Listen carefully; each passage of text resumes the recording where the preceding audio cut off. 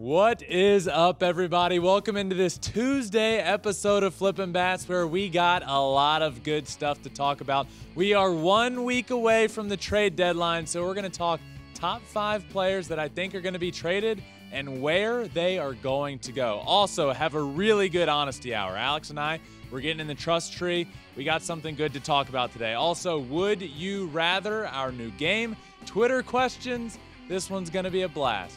Let's get to it. 5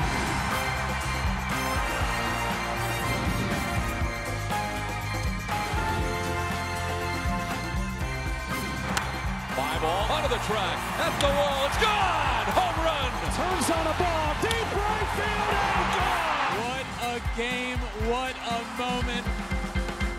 Happy Tuesday, my friends. Happy Tuesday. Alex, it's a great day. It's a great week because I think we're on the cusp of a lot of things that are about to start happening in baseball. Yeah, it's 1 week. It's about to go down. Yeah. I mean, we've been on Shohei Ohtani watch, but now we're really on Ohtani watch, and then every other player that might be moving in the next week. Like we're 1 week away. I still don't foresee it happening with Shohei. I don't. Should it? Maybe. Do I see it happening? I don't. We'll dive deeper into that in our second show that comes out today. We got a lot. Oh yeah, we got This Week in Ohtani news coming up later today. Justin starts against the Yankees in Yankee Stadium tonight. So a lot of good things happening. You feeling good about it? Yeah, I mean, he's been great. Under a 2.5 ERA in his last 9 starts. Yeah, we said he's back, right? 2 months. Last 2 months, 2.5 ERA. Yeah, he's back. Yeah, he's Slider back. looked great.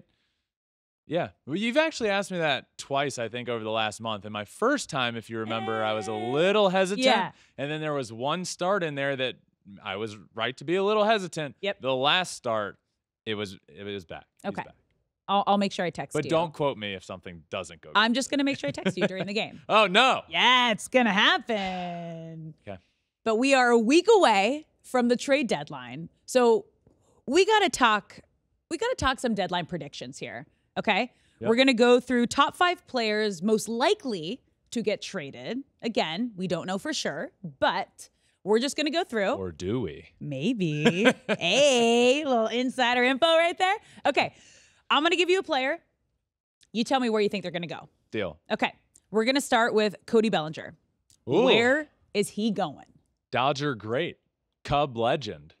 Cody Bellinger, who's, by the way, so back. I know. What a year he's having. I mean, he's back. He's not back to MVP level with like power wise, but hitting over 300. I mean, I think 14, 15 bombs. He's going to be a big pickup for somebody if he does indeed get traded. And you know who I think does it? You know who I think pulls the trigger?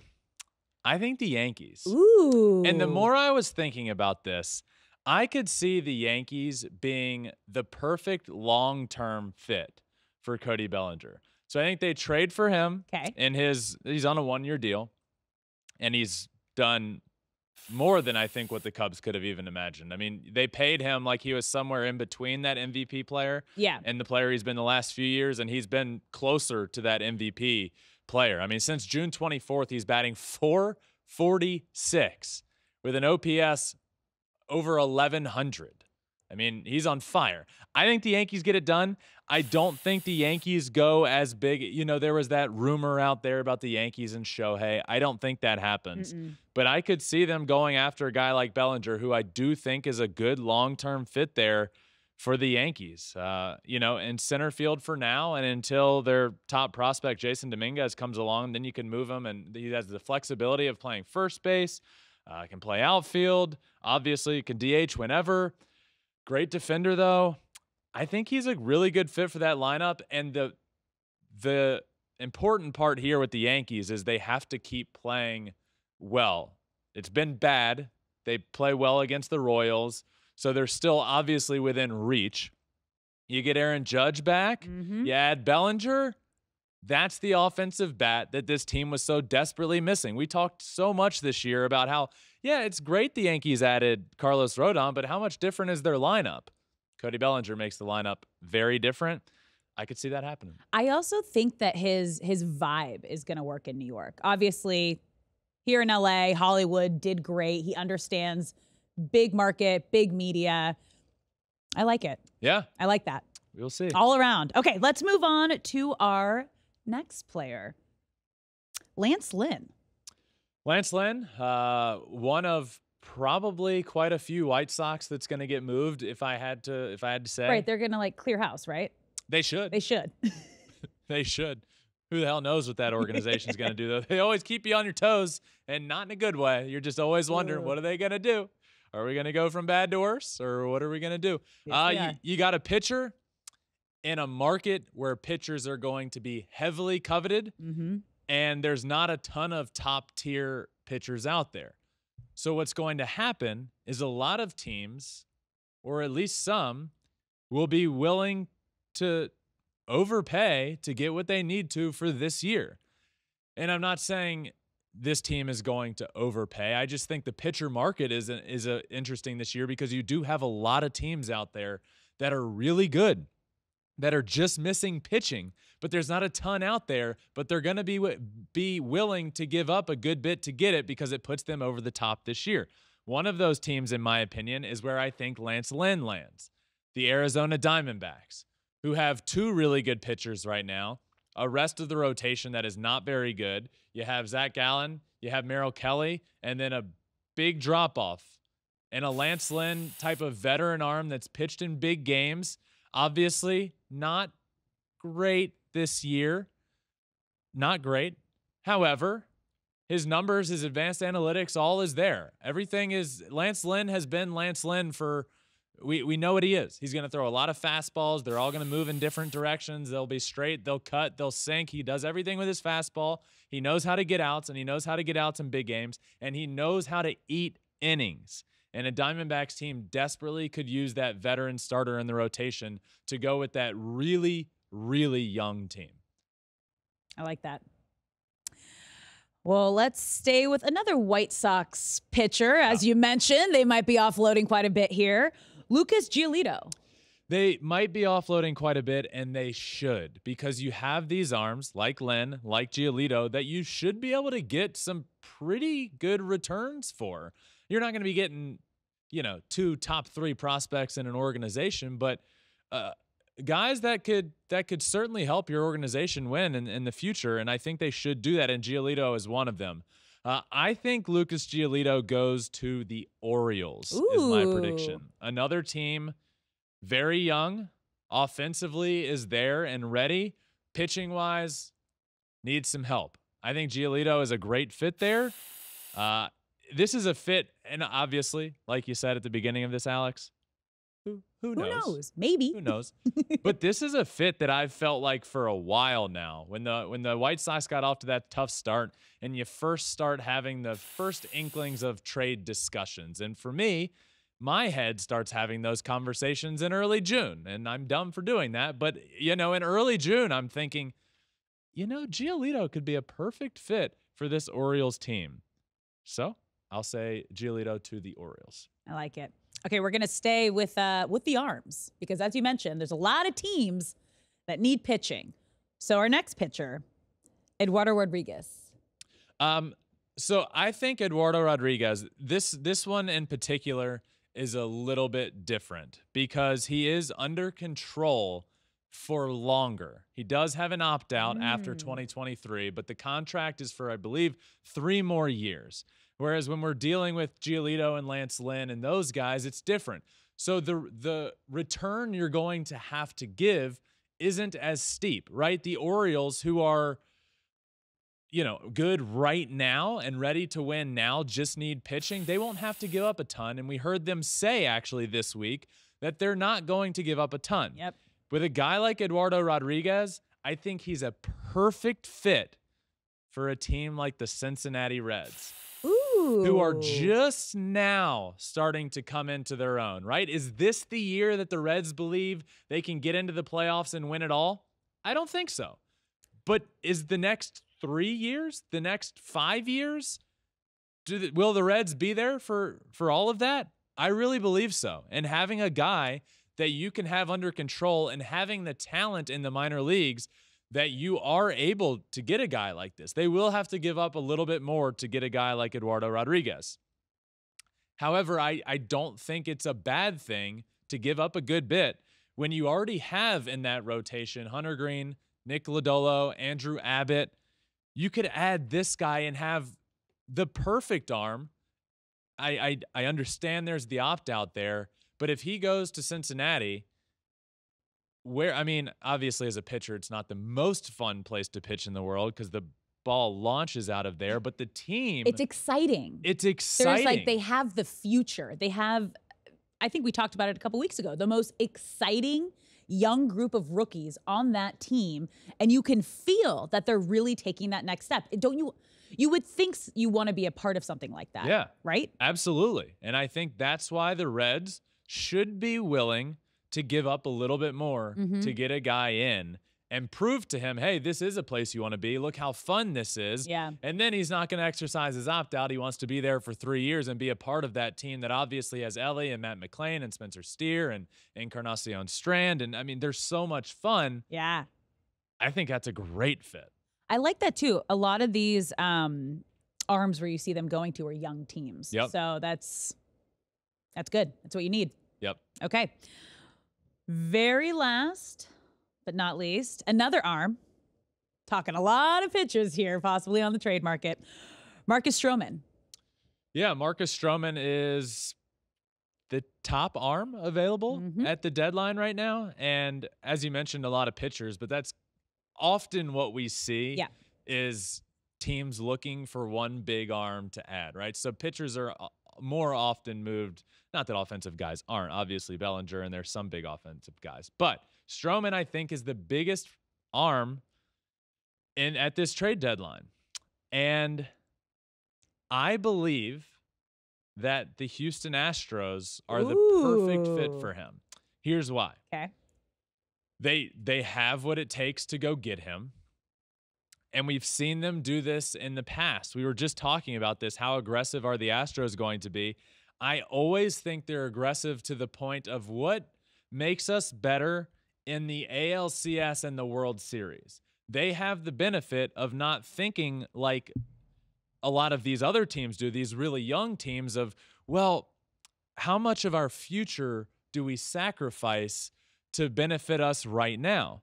Well, the Astros are in the right now, right? And they still do have the benefit. I saw a stat recently over the last decade. It was a percentage of teams' draft picks that make it to the major leagues. And you can say what you want about the Houston Astros, and I understand why they aren't liked, and I do get it.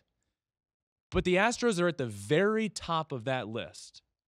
So we can talk about what's made the Astros so good, and we can make trash can jokes all we want. But when you look at it all the way down to its root, it's because they've drafted better than every other 29 teams in baseball. So we can be in the midst of this incredible run of the Houston Astros, yet they can still have pieces available that they're able to move and that other teams would like to have, and able to add on to this core and able to potentially go win another World Series. And right now, Marcus Stroman is the perfect fit for that Astros team that is ready to win right now, and their concern at the trade deadline is going to be, what can we add to win that 7-game series in the ALCS, and what can we do to win the World Series? And I think that's the perfect fit that puts them over the top. So obviously the Astros just think differently than every team. I think they have the benefit of thinking differently because they know they're going to get there. And this year it might not be because of winning the division, but if I had to say right now, I would probably pick the Astros to win the division, but they just trust themselves in the playoffs. They know how good their core is. They know they can win in the playoffs. Of course they do. They just always go out and add that starting pitcher at the deadline that puts them over the top. I mean, let's say they get into a wild card. Let's say they get in that way. Who bets against, again, a team with Altuve, Bregman, Yordan, Kyle Tucker, Jeremy Pena in the playoffs? You don't. You just need that extra arm that puts you over the top, and I think Stroman is that perfect fit. This is where the experience, the confidence, the mindset, everything about a team who's been there so many times has the advantage over everybody else. Well, we heard it from a guy that who could speak to this better than our new colleague, Derek Jeter, who got there in the playoffs a million times. And he himself said that confidence in the playoffs, you can't mimic that. And when he was asked recently who the team to beat in the American League is, without hesitation, he said it's the Astros. Yep. They get into the playoffs, and they know how to win in the playoffs. And his tems and those Yankees teams knew how to do that better than anybody for 2 decades plus. Yeah. Yeah. It's going to be fun. It is going to be fun. 1 we got a week. Woo! You know, we say 1 week like it's close. Nothing's going to happen until the last 24 hours. That's how Monday, it always happens. Monday and like Tuesday morning it's going to go down. Yeah, right up until like the deadline. Literally the cutoff time. Is it 3 p.m. Eastern, I think is the deadline? I thought it was 2 Pacific our time. Nooner. Noon our time, 3 Eastern is the answer. Yeah. It's going to go down. Yeah. All right. Time to get in the trust tree. Oh, baby. Yep. It's time for Honesty Hour. Yep. What are we unloading today? Alex? Yeah. I struggle to see how you're going to disagree with this one. All right. Players, for the love of God, need to stop punching and kicking objects that should not be punched and kicked. How many times do we need to see players do something to injure themselves and be out for a long time? The newest member of this club that you don't want to be a part of is Jared Kelnick, who now has a broken foot due to kicking a water cooler after striking out in the 9th inning of a game against the Twins a couple of days ago. Now, look, he rightfully so. And I don't say this to make fun of anybody. I actually never, I wasn't a big anger guy, go in the dugout and slam things, but I've been around a million guys and I get it. And after that next day when all of this came out, Jared Kelnick had to go out to the media and was moved to tears during his discussion. It is clearly very emotional, but just don't kick a water cooler. That doesn't seem like a smart thing to do. From the beginning, are you mad? Sure, but you have an object in your hands that could maybe hit the water cooler that if it breaks, it's not the end of the world. But you go ahead and kick the water cooler and you fracture your foot and now you're out for a while. So what the Angels have right down the stairs when you're going into the clubhouse from the dugout, they have a giant punching bag. Love that. And that's where you go to either swing your bat and hit it. You can take a couple punches at it, but when your body is your job, your hands are your job, your feet are your job. You have to keep your emotions in check. You are paid millions of dollars to try to stay healthy. And again, people get injured every single day during the game, freak accidents. But you did this to yourself. It's like the ultimate karma to yourself. Yeah. It's horrible. And it's not the first time. Nope. And it's not going to be the last time. Nope. Huascar Ynoa in 2021. Now, there's a lot. But he specifically in 2021, because I thought the quote of what happened after from his manager with the Braves, Brian Snitker, said, and this year he had a 2.23 ERA going into start. He got rocked. It was his first bad start of the season. He comes out and he punched a padded dugout bench and he broke his hand. And Brian Snitker said, he's not the first, and he won't be the last. There's probably no one who feels any worse than him, too. Yeah. So there's that example. There's Devin Williams last year, right before the playoffs started. The Milwaukee Brewers clinched the NL Central against all odds because the Cardinals tanked and everything. They were trying to clinch a spot, but they ended up getting into the playoffs, right? And Devin Williams punched a wall when he had too much to drink and got mad about something on the ride home, punched a wall, and was out for the entire playoffs. I mean, I don't understand hitting things because I didn't, but that everyone has their outlet, you know? And Jesus Luzardo in 2021, he was playing video games, punched his desk, broke his pinky. Phil Maton last year in the playoffs, broke his hand, punching a locker. Zack punched the back of the pitcher's mound. Literally stepped off the pitcher's mound, punched it, broke his hand. Yeah. Hunter Strickland in 2018 missed 2 months. Be smarter with your emotions. I just feel like, Alex, there are so many objects that you could use. Yep. I remember one of the teams I played for, you walk down out of the dugout, down the tunnel, up the stairs, and you get into the locker room. And at the end of the locker room, if you turn left, you walk in, but all the way down the end is the bathroom. Yeah. And there's bathroom stalls that you could actually see. And it's a good bit down, probably 90 feet. Yeah. You walk into that bathroom, the very first stall, the one you can see from the end of the tunnel to go down to the dugout, covered in dents from baseballs hitting it. Pitchers would just walk up there after an outing, grab a baseball, and chuck it down there at the bathroom stall. That works. Throw things. And you know what's not broken? Your hand. Yep.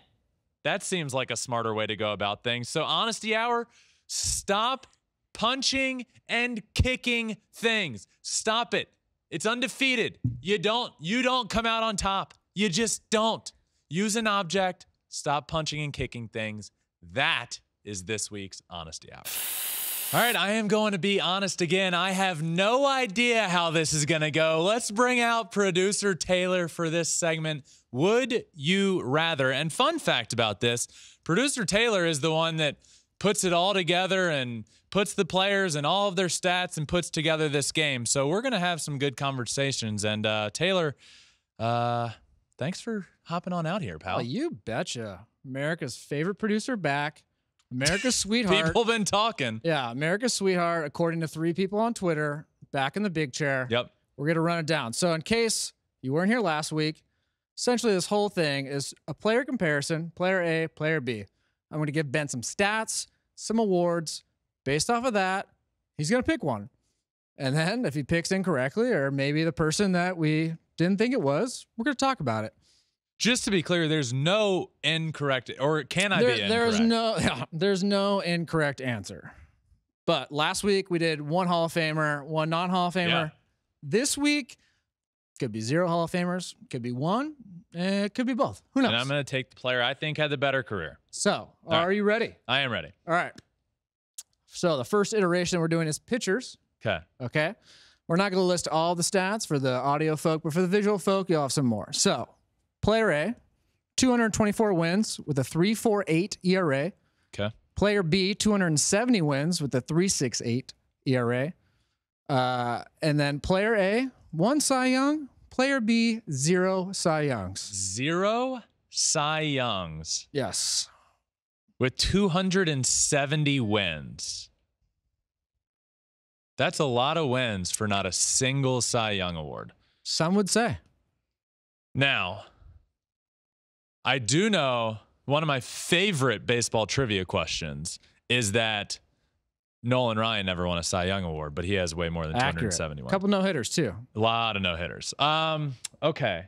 What stands out to you? What's glaring? The 270 wins and a 3.68 ERA, I would probably. And strikeouts is pretty close. Caper 9 close as well. If you're watching, is it you can weird see that player A has almost 3,000 Ks and such a low win total? Yeah. So to me, that says player A is going to be maybe a newer, like a more current player because they throw less innings. Because I would take. Oh, that's a lot of strikeouts. I would take player B. Player B. Do you want to see the stats awards one more time? Yeah, let me see the awards one more time. Can we switch it? 6 All-Star games for player A. So player B does have a higher WAR. Here's what I think. I think player B pitched for a lot longer, is definitely older than player A, and I think the close to the same ERA with a lot more wins, I would take that player. I'd take player B. So you're taking player B. Any guesses before we reveal? No, my best guess is that player B is a lot older than player A. So let's reveal. Player B, Mike Mussina, Hall of Famer. Player A, Zack Greinke. Wow. Zack Greinke's going to get to 3,000 strikeouts. Yeah, well, hopefully. You know, he's not exactly piling up the strikeouts. Do you think Zack Greinke's a Hall of Famer? I mean, here's my thing, which kind of like stood out to me for this, is that he's almost got 3,000 strikeouts, which is kind of like a marker for the Hall of Fame. He has a Cy Young. Mike Mussina does not. Mike Mussina also played for the Yankees. Yeah.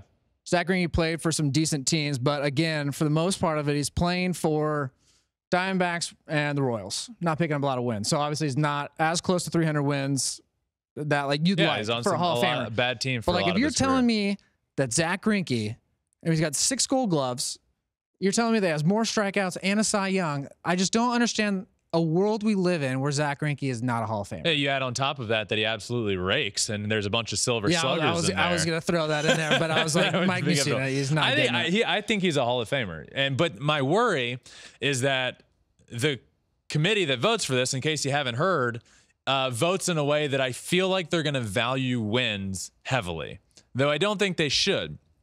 But you add into account that he's been on bad teams for the majority of his career. You look at those numbers. Zack Greinke's a Hall of Famer. I've again, another thing about that is I believe Mussina only finished in the top 3 of Cy Young once. He finished second, I believe. Whereas Greinke, obviously, he won his and he finished second. I believe 2015, he lost to Jake Arrieta. And Greinke had a 1.66 ERA for the Dodgers, which was lower than Arrieta, but Arrieta had like 20 plus wins. I will say I don't feel bad about picking Mike Mussina, but if Mike Mussina is a Hall of Famer, then so is Zack Greinke. That was the discussion I was trying to get to. Yep. But are you ready? Yes. Second one. Yep. All right. So this one's gonna be second baseman. Second baseman. Second baseman. Okay. All right. So here we go. Player A is a 301 average, 335 tanks, 51 stolen bases. Player B, 285 average, 282 home runs, 344 stolen bases. 344 stolen bases. That's a couple. Some would say slightly more than player A. All right. Ready for awards? Yeah. Big one here. Player A, 0 MVPs. Player B, 1 MVP. Another glaring thing is that they're both pretty high on the All-Star games. Yeah, player B has 10 All-Star games. Player A has 8. Let's go back to the stats. My gut reaction: 285 for player B, 282 homers, 344 stolen bases. My initial thought was that this was going to be Joe Morgan, but he was on that Big Red Machine team. Is player B Joe Morgan? No, I can tell you that because they won that world. They won a World Series and doesn't have one. But that was my initial thought until we got over to the accolades. Player A hitting 301 for his career with 335 homers as a second baseman. I'll take player A. Player A. You don't want to see the awards or anything one more time? The awards are pretty close. And player A has an MVP. Is that right? No, player B. MVP. Player B has the MVP. Okay. Player A won 1 World Series, 5 Silver Sluggers, 8 All-Star games, 2 Gold Gloves.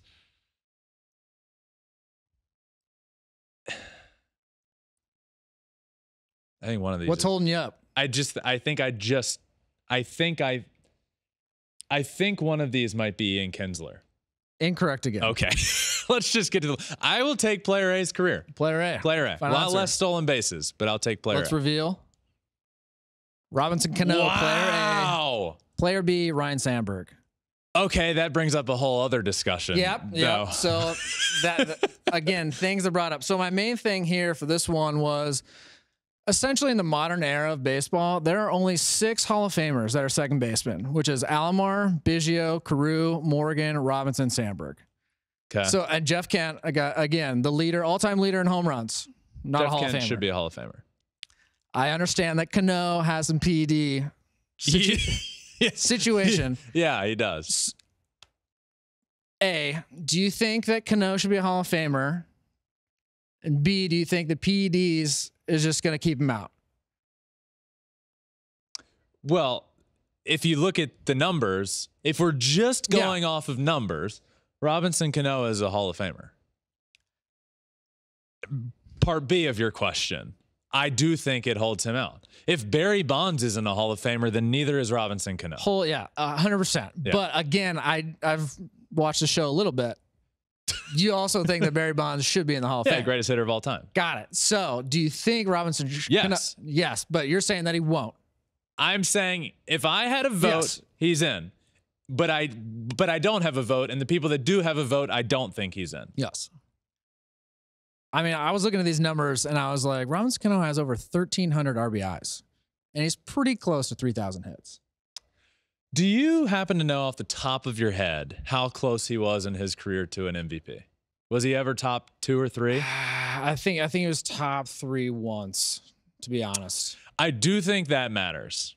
I might be changing my answer. But we can both agree that we both think Robinson Cano is a Hall of Famer, but we can agree that he's not going to get voted in. I do think when in terms of the Hall of Fame, if you're going to start talking Hall of Fame, I think you need to be the best at what you do at some point in time. And he never won an MVP award, which I do think matters. So off of your comments there, I want to go to the last one that we have. Okay.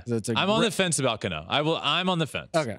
Numbers say yes, but the MVP holds me back a little. I'm on the fence there. So but he doesn't get in. So based off of your comments saying that someone should be the best at their position, yeah, we're going to the third and final player, which is shortstops. Set me up here? So shortstops. All right, here we go. Player A hit 262, 28 home runs. Player B, 272 average, 80 home runs. We're now going to switch to 28 home runs with shortstops. 2,500 hits. Talking shortstops. All right, now for the awards and a lot of accolades. Gold Gloves coming. A lot of Gold Gloves. Player A, 15 All-Star games. Player B, 3 All-Star games. We will open up the discussion as soon as anything pops out to you. I have a couple things, but the main thing for me is that these two players, player A, 12 Gold Gloves. Player B, 11 Gold Gloves. So because of the WAR is far higher for player A. Not a lot of home runs with a ton of Gold Gloves. I'm going to guess, again, the game isn't to guess who that is. I'm going to guess that's the Wizard, Ozzie Smith. One of them is, yes. One of them is. Okay. But Ozzie is in the Hall of Fame. Accurate. So I believe that's player A, is my guess. Would that be is Ozzie Smith player B? Don't know. There's a lot of Gold Gloves on player B too. Okay, yeah, let's stay on this page for a second. All the offensive accolades. Thing that stands out for player B as well. Very close to 3,000 hits. Yeah. 2,800, almost 2,900 hits. Also, player B has basically 200 more RBIs than player A. I just don't understand why the WAR is so low on player B. WAR's tricky. Player B's WAR is almost 30. I mean, Ohtani's WAR was he's a shorter career. They both played pretty long. One played, I believe, 5 more years longer. I mean, but this is interesting. The big thing is All-Star games here. The discrepancy in 15 All-Star games for player A and 3 for player B, though it looks like player A or player B was the better player for an amount of time. So what player are we picking here?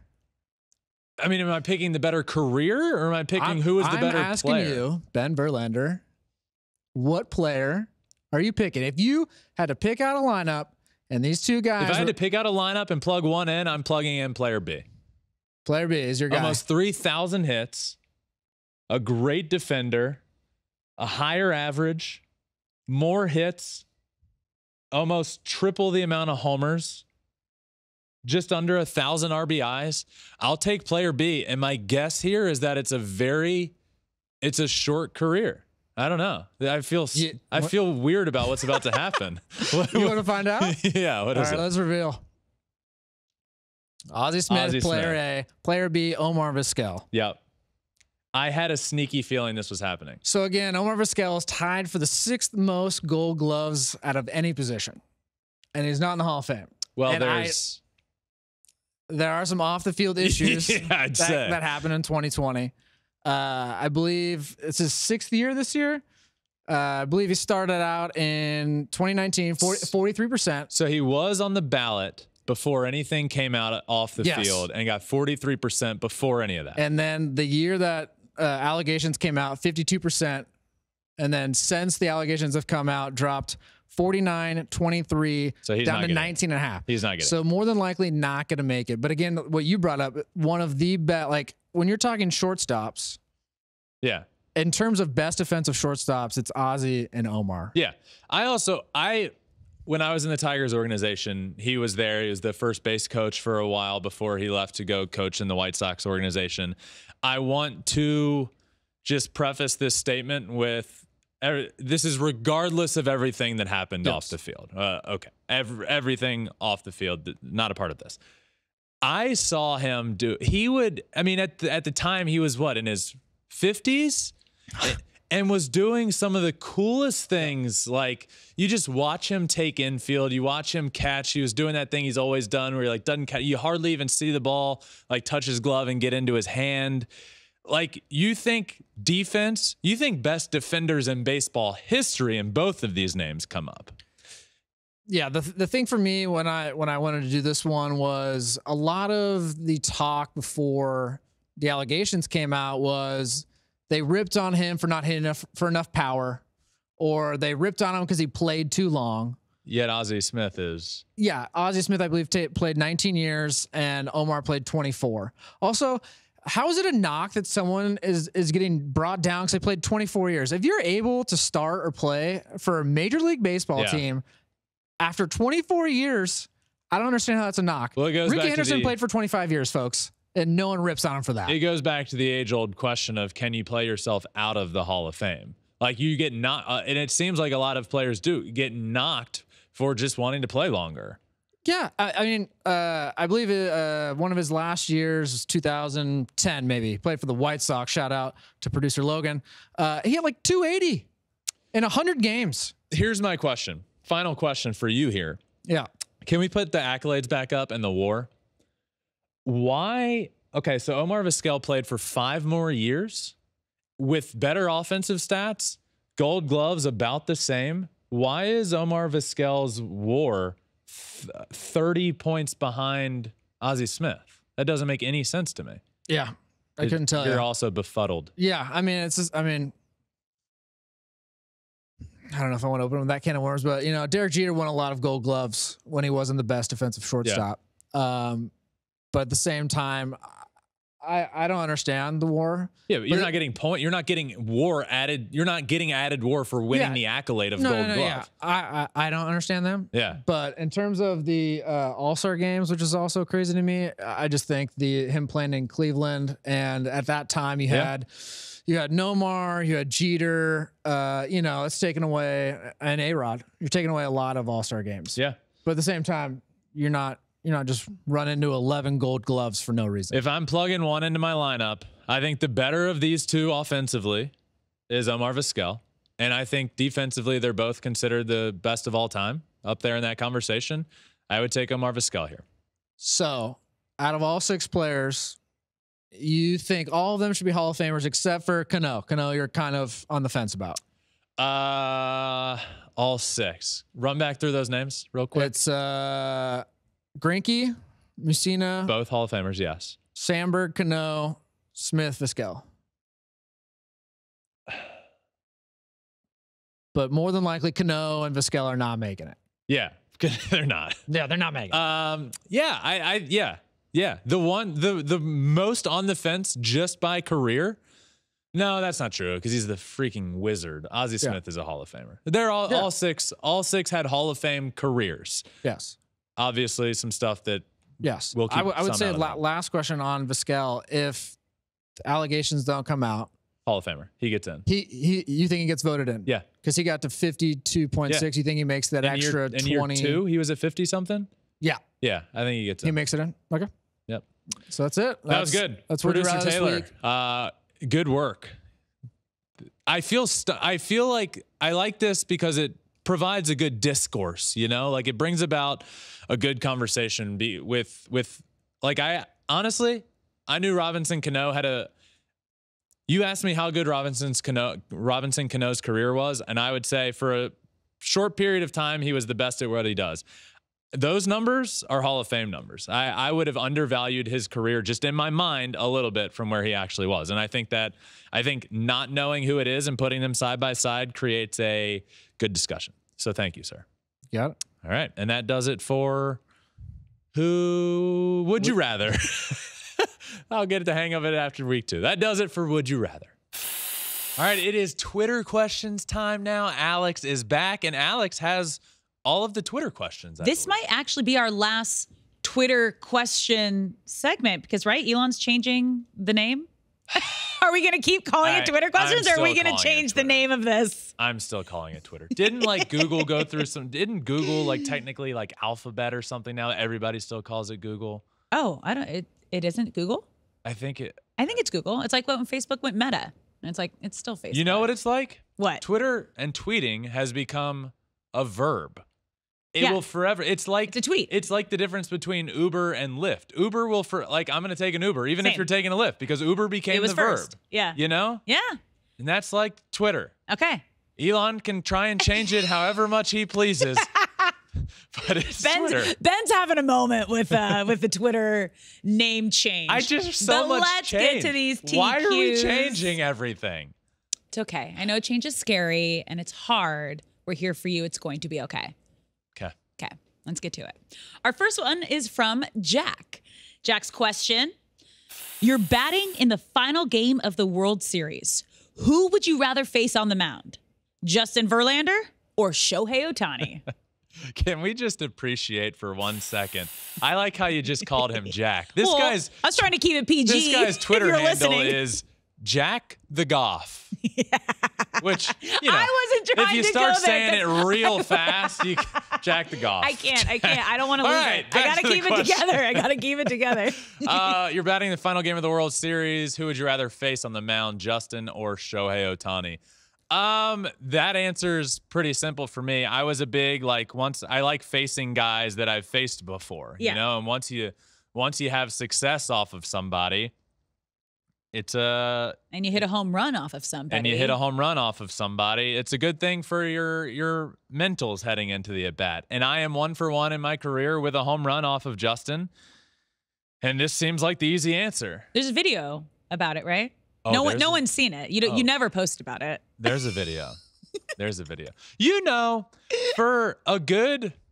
I sat on that video for like 5 years. Why? Without ever sharing it. And then one time I did, and people were like, why don't you post this?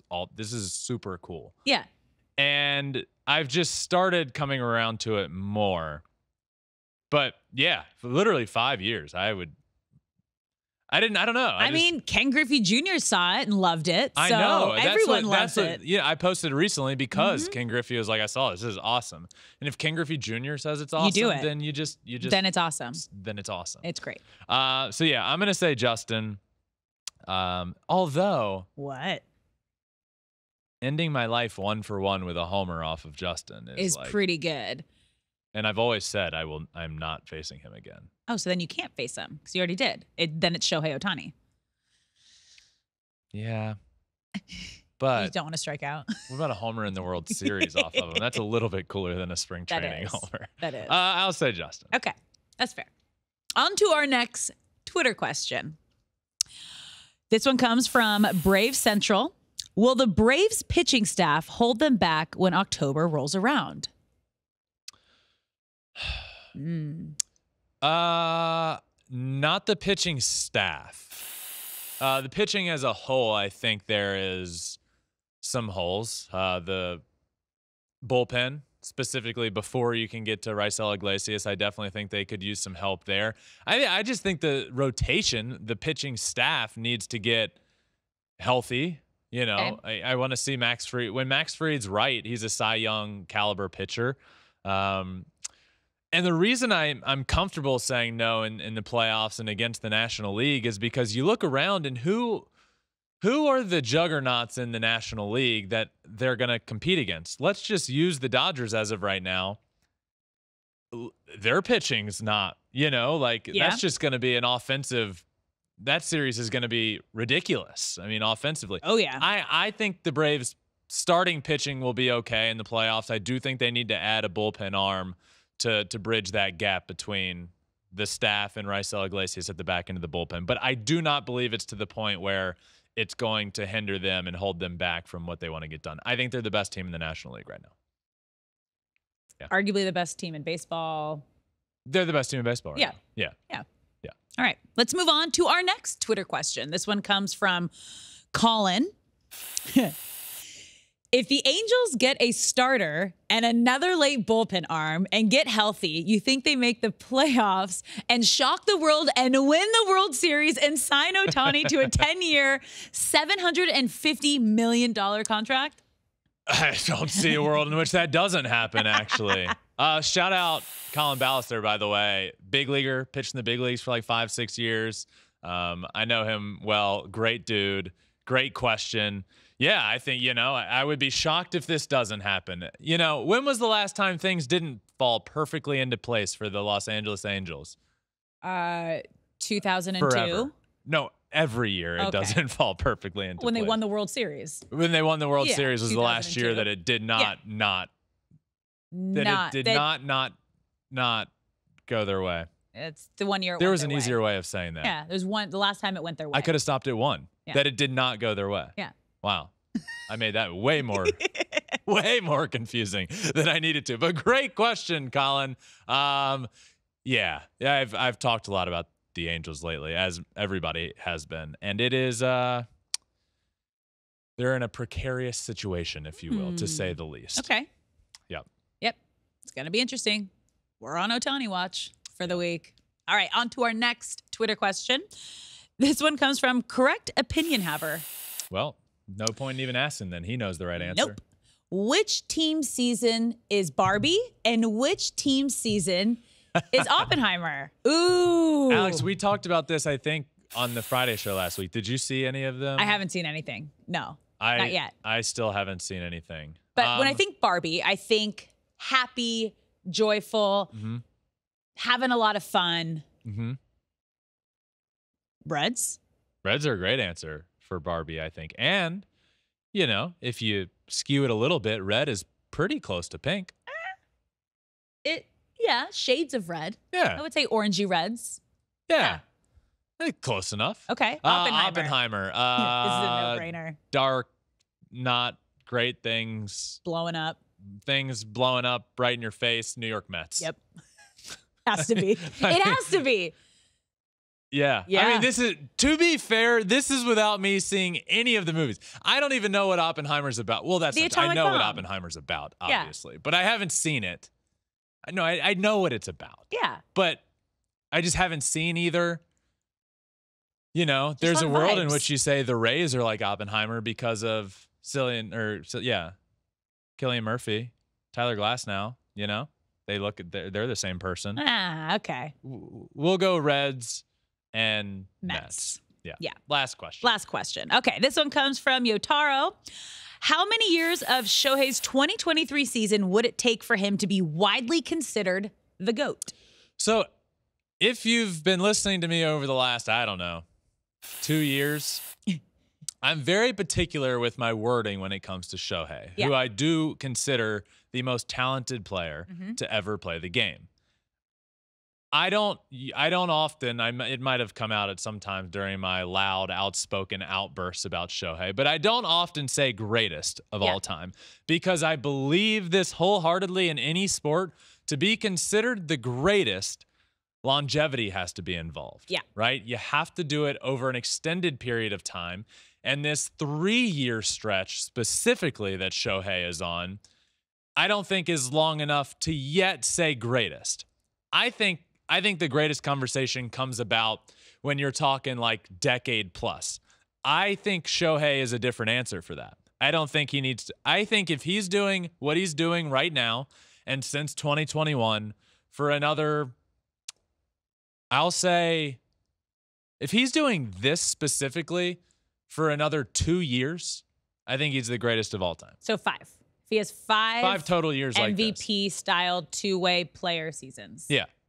Right, I think right now, hands down, most talented player we have ever seen.